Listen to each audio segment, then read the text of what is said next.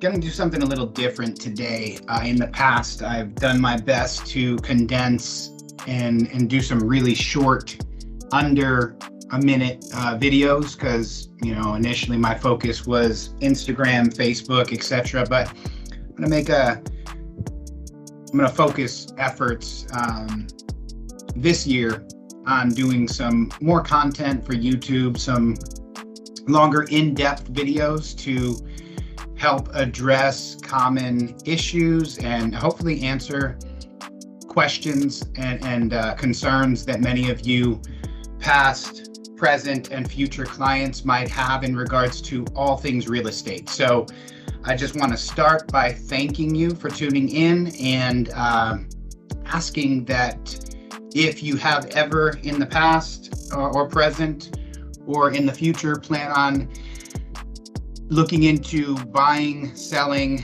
refinancing real estate, that you give us a call. We're happy to help.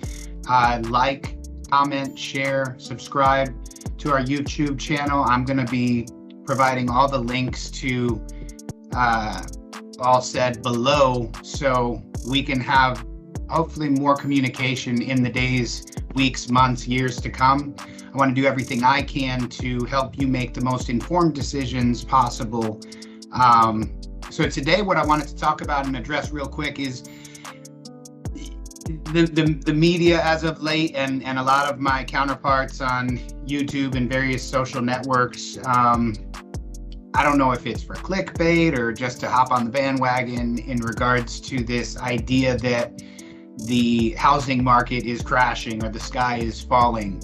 I'm just going to go over some quick data right now to show why that is not only not the case, but it is a great time to purchase and invest in real estate. What I'm going to do is just share my screen real quickly, and I'm just going to kind of touch on one article in particular.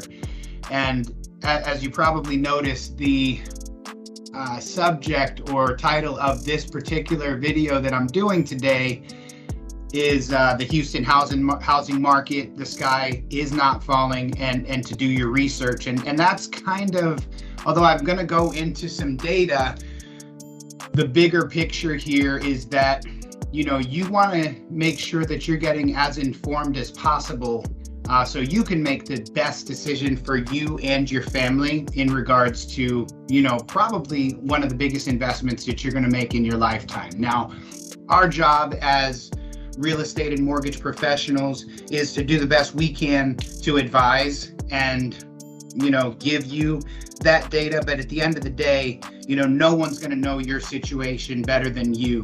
We can look at your credit and all the different factors in getting you approved for a loan. But many times there are outside things that we cannot see that you can and that you live through on a daily basis that impact your budget, groceries, things like that might not necessarily be visible on your credit report, childcare, you wanting to take vacation, spend time with the family. All these things might impact the decision-making process. But what I wanted to talk about real quick is an article in the Houston Chronicle. And obviously, if you're tuning in from outside of the Houston area, this temperatures in the housing market may vary. Currently, Houston and many of the larger cities in Texas are some of the hottest places to purchase real estate for many different factors that we may go into later or possibly in another video.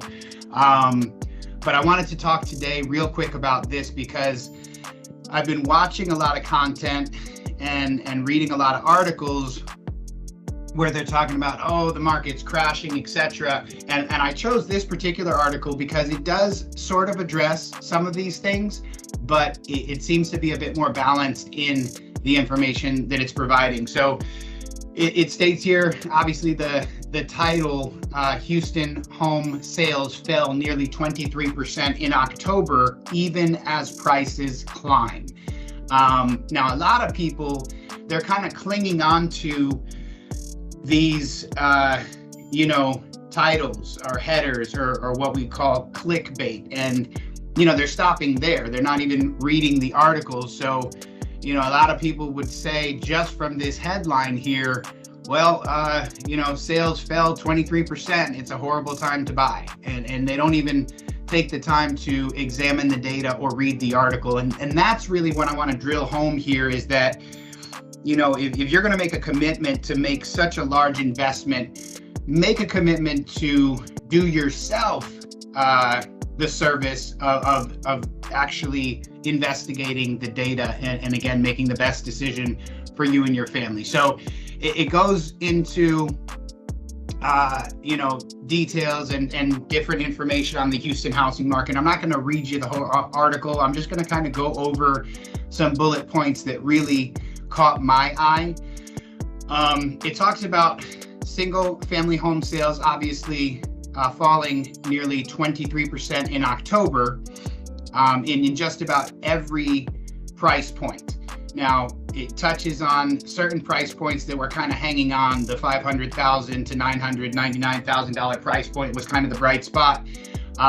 So although other price points were in a steady decline, this seemed to be the price point that was holding on. And as of last month, it talks about how that particular price point is even dropping in the sales numbers. Now, the first thing that comes to my mind as I was initially reading this is typically when you're reading articles like this, it's comparing year over year.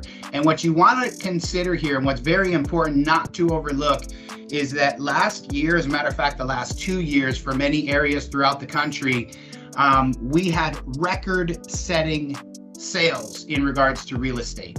So to say that we've seen a drop in sales when we came off a record year historically, like ever, needs to definitely hold some weight and be taken into consideration. But even beyond that, it goes on to say that just, what was it? It says last week, this article, I believe, was published on November the 9th. And it says that last week, Freddie Mac, let me find that for you.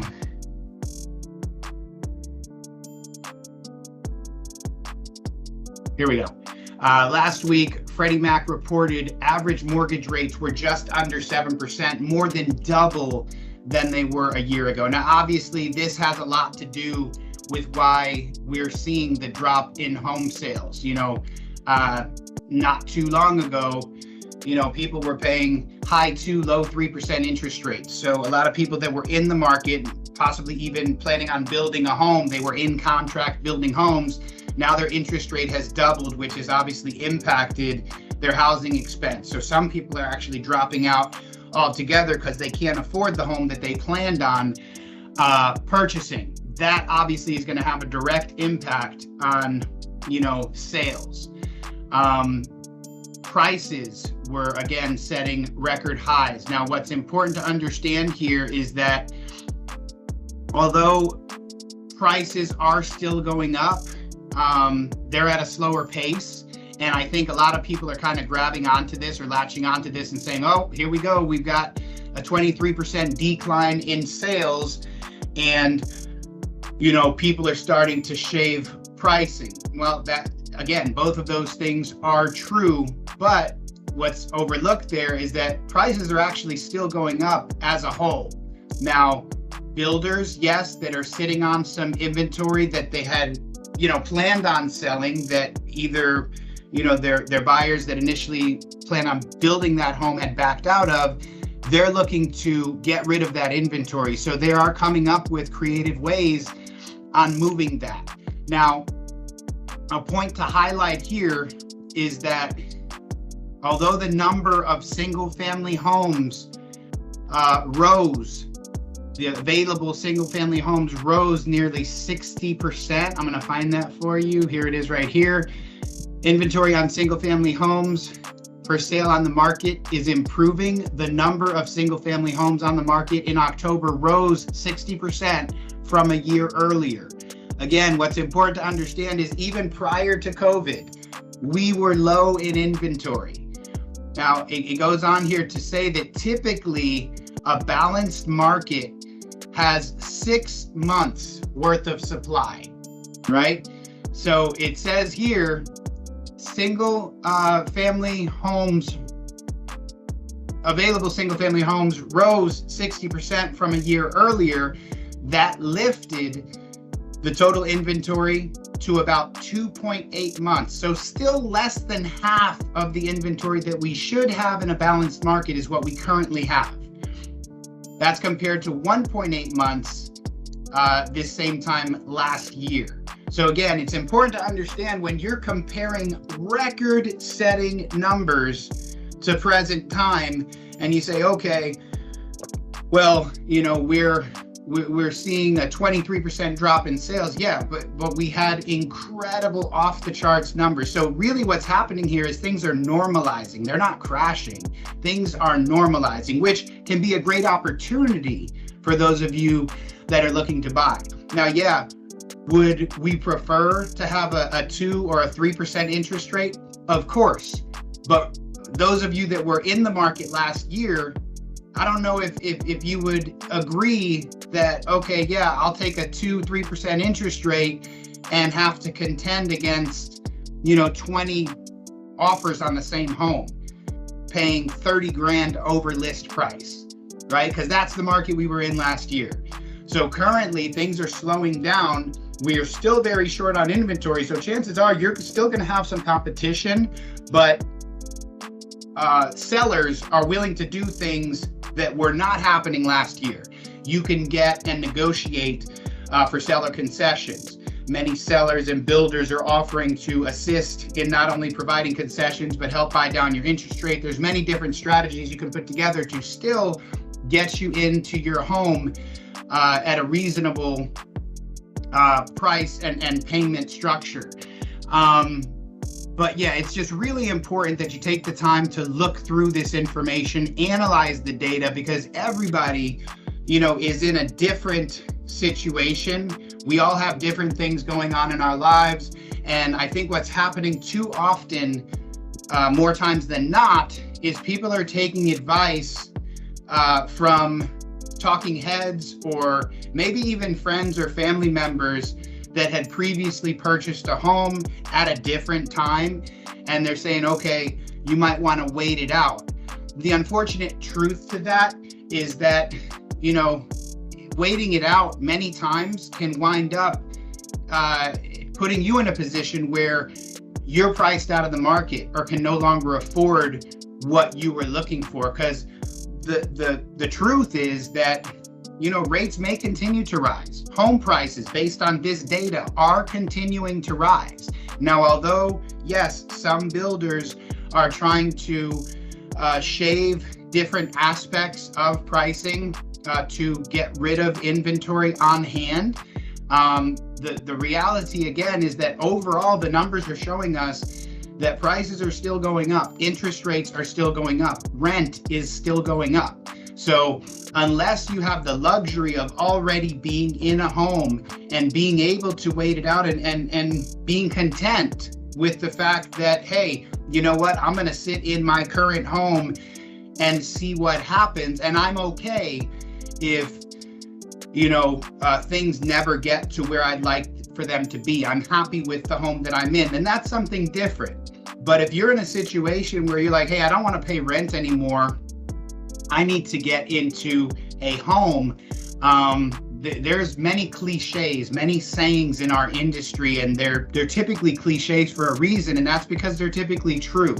And one of the most popular ones in regards to real estate is do not wait. Don't wait to buy real estate. Buy real estate and wait. So for those talking heads and people that are saying now is not the time to buy, if they're talking about somebody looking to purchase and quickly flip a home, there might be a grain of truth to that. And what I mean by that is if you're looking to purchase a home and, you know, sell it within 6 months, a year or two, then sure, there's ebbs and flows that we're going to see in the market over time.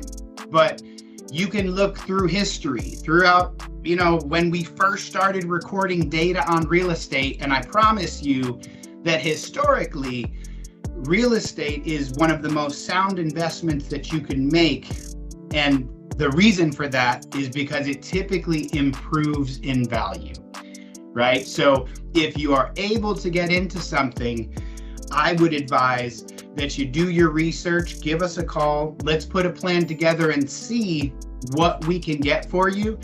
Maybe now is not your time, but make your decision based off of the actual data and not what a headline or a talking head is screaming at you. As always, thank you for taking the time to watch. I'm going to post the link to the video in the description here, so take the time to read through this article and Google, you know, what's going on in the housing market. Give us a call. We can talk numbers, see what we can get done for you. This is Edward Foy with the Home Equity Network. All my contact information is below. Please take the time to like, comment, subscribe. Let me hear your thoughts on what you think is going on in the market and how we might be able to help. And I will catch you on the next video. Have a great day.